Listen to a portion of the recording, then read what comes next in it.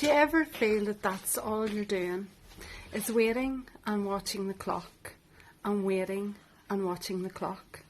Today we're going to hear about a man who waited for 38 years, and I'm going to reflect a little bit on this theme of waiting. John 5 verses 1 to 9 says this: After this, a Jewish festival took place, and Jesus went up to Jerusalem. By the sheep gate in Jerusalem there is a pool called Bethesda in Aramaic, which has 5 colonnades. Within these lay a large number of the disabled, blind, lame and paralysed. One man was there who had been disabled for 38 years. When Jesus saw him laying there and realised he had already been there a long time, he said to him, "Do you want to get well?" "Sir," the disabled man answered, "I have no one to put me into the pool when the water is stirred up, but while I'm coming, someone goes ahead of me." "Get up," Jesus told him, "pick up your mat and walk." Instantly the man got well, picked up his mat and started to walk. This is the word of the Lord. Thank you, Rachel, for reading that for us. As I've been reflecting on these few passages in John's Gospel in chapter 5, it struck me that this man who was paralysed had been sick for 38 years. And I'm sure each year he maybe tried to make his way to the pool of Bethesda, but yet he could never get there quick enough to get into the waters. Now, I'm not sure if the pool in Bethesda actually did heal people, but I'm sure that the people that were disabled and paralysed and blind actually maybe got some sort of comfort from getting into the pool. And yet this man waited for 38 years until he had an encounter with Jesus. And it also struck me whenever Jesus saw him and asked him, "Do you want to be healed?" The man said, "I can't. I've nobody here to take me into the pool." But Jesus said, "Lift up your mat and walk." And instantly the man was healed.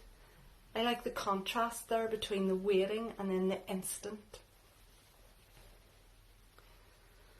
I like to think of myself as a patient person until I have to wait for something. And this year I have had to wait. Way back in March, I was told that I was going to be a furloughed member of staff, and that was to last for 12 weeks. So 12 weeks of not being able to work, wondering if I was going to have a job to go to, and that felt like such a long time of waiting.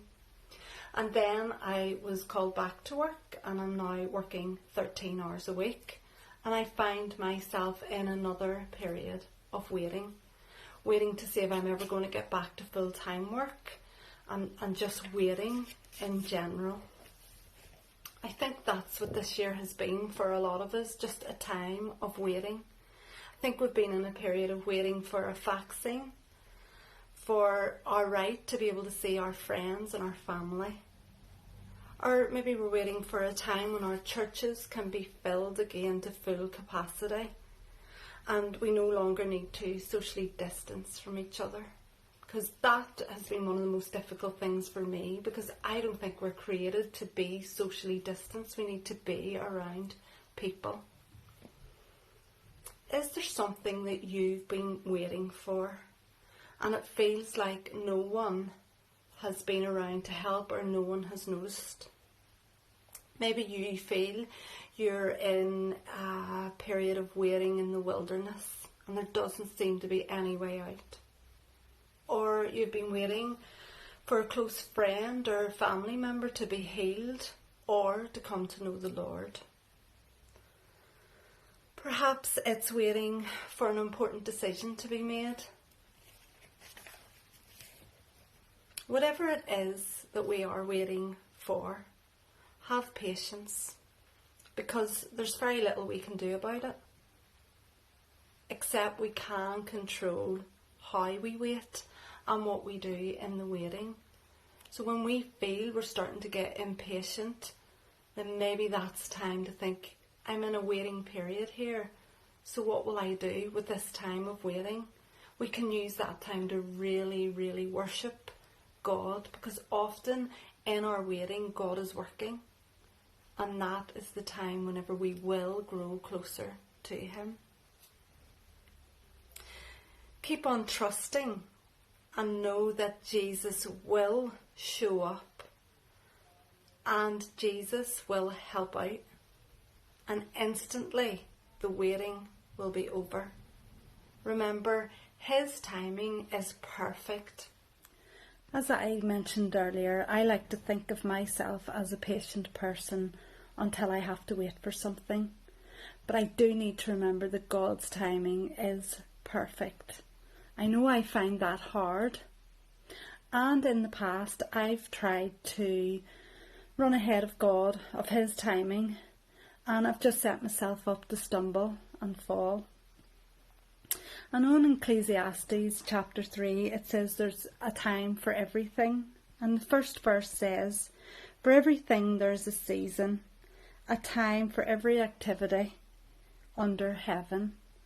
So whatever period of waiting that you're in at the minute, remember that it is just a season. We need to hold on, keep trusting in God's time. Know that He will help us through it, and have faith in Him, remembering that He is always faithful to us. Amen.